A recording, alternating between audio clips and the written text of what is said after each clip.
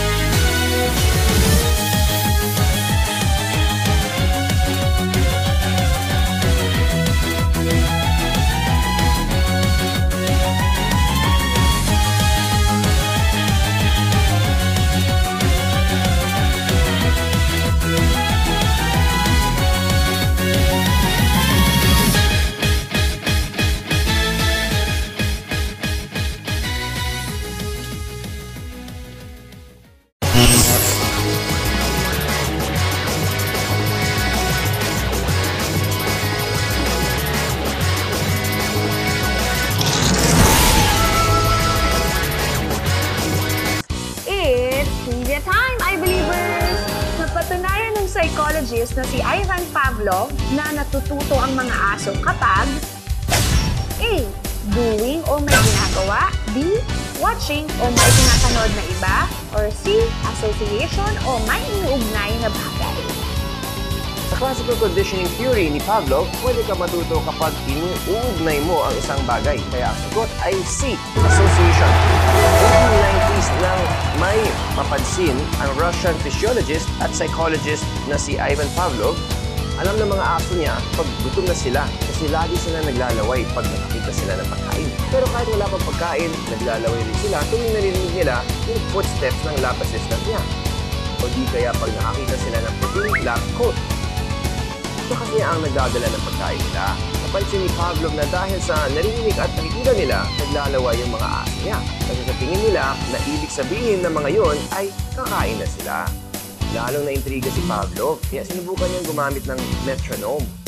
Noong una, malampaking yung mga aso doon sa tunog ng metronome. Pero hindi siya gumive up. Kaya doon sa next trials nila, kapag nagpatunog sila ng metronome, may kasunod agad ng mga pagkain. Pero nung sumunod na trials, metronome na lang yung inilalabas nila. Wala nang pagkain. Ano pong ginagawa ng mga aso? Aba, naglaway at nagutom pa rin sila dahil akala nila may parating na pagkain. Kasi inugnay nila yung tiktok na tunog ng metronome sa pagkain. Kaya ang tinatawag sa ganitong reaction ay Pavlovian response. Ang tawag sa ganitong pagkatuto ay associative learning o ang pag-uugnay ng isang bagay sa mga pangyayari. I believe!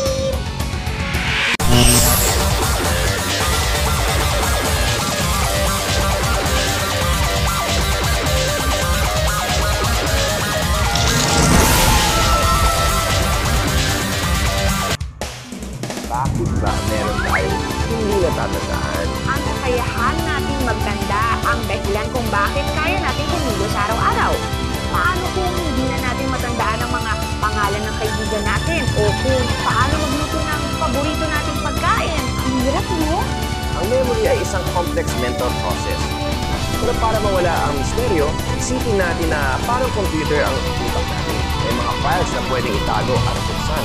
Sa hippocampus, naitatago yung short-term memories kung saan pinaproseso at inoorganisa ito para maging bahagi ng ating long-term memories. Teka, i-test na natin ang brain powers do, I believers. Hanggang ilang bagay ang kayang tandaan ng short-term memory bank natin? A.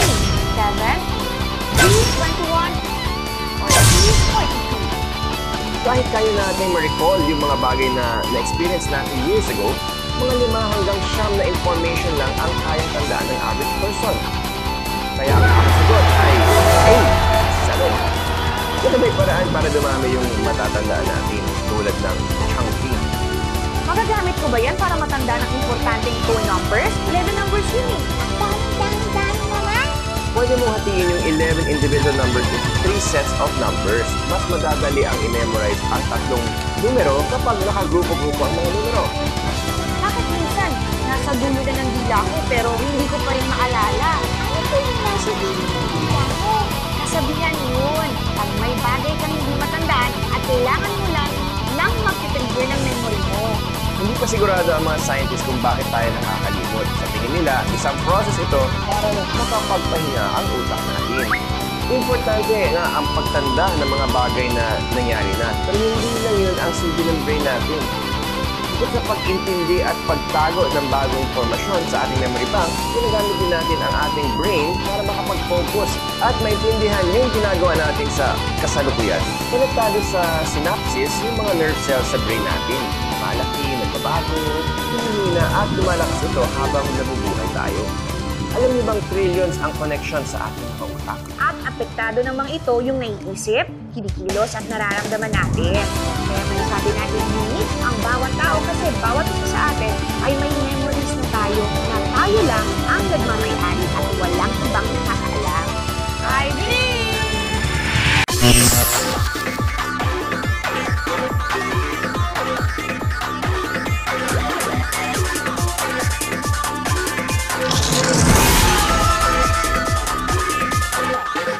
Ano ang nararamdaman nyo pag nakarinig kayo ng music? Pag mabilis yung tugtog, gusto ko sumayaw. Pero pag tipong love song o kaya may orchestra, kahit walang lyrics, feel na feel ko yung music.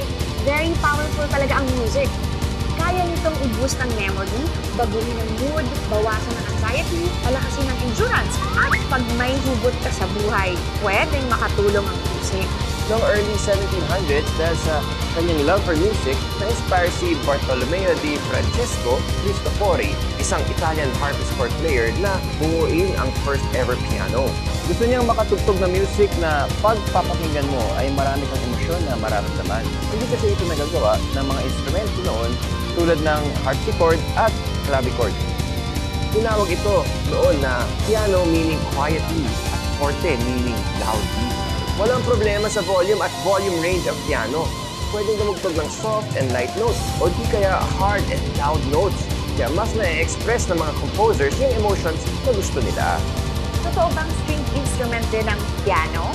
Technically, yes. Pero imbis na kalabitin yung strings na parang gitara, merong maliliit na hammers na tumatama dun sa strings para tumunog ito. Dahil dun, na-classify ang piano bilang percussive instruments at kasama doon sa percussive section ng isang orchestra. I believe!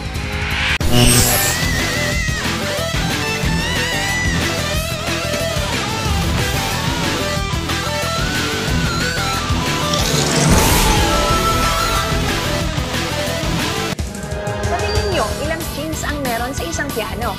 A. 88, B. 150, or C. 230? Merong 88 keys ang mga piano, pero mas marami ang strings nito. Keys, nasa 230, kaya ang tamang sagot ay letter C. Mas marami yung strings ng mga specialized piano para makatugtog ito ng iba't ibang notes. Isang string lang ang kailangan para makagawa ng low note, 2 para sa mid notes at 3 para sa high notes. Mas mataas ang volume kapag manipis at pino yung string para sa high notes. Alam niyo ba na bukod sa strings, may 12,000 individual parts ang piano. At 10,000 doon ay moving parts. Ang dami. Kung ikukumpara natin, may 6 strings lang ang gitara at 4 lang din sa cello. So sobrang daming keys at strings ang meron sa piano, napakalawak din ang range nito. Kaya naman, tinawag itong King of Musical Instruments. Ito lang ang instrument na pwedeng tugtugin yung accompaniment at melody ng sabay at mag-produce ng lowest note sa isang double basso at highest note sa isang piccolo. Halos buong 7-octave range ng orchestra, meron ito. may ilang specialized pianos na sobrang dami ng strings, keys, at pati move.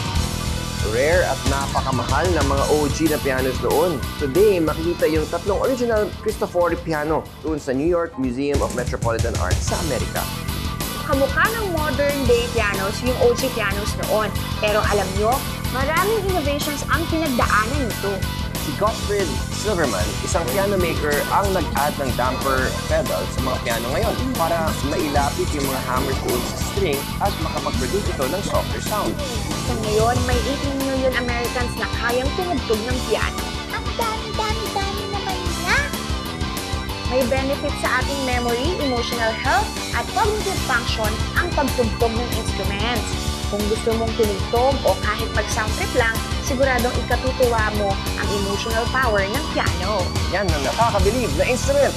I believe!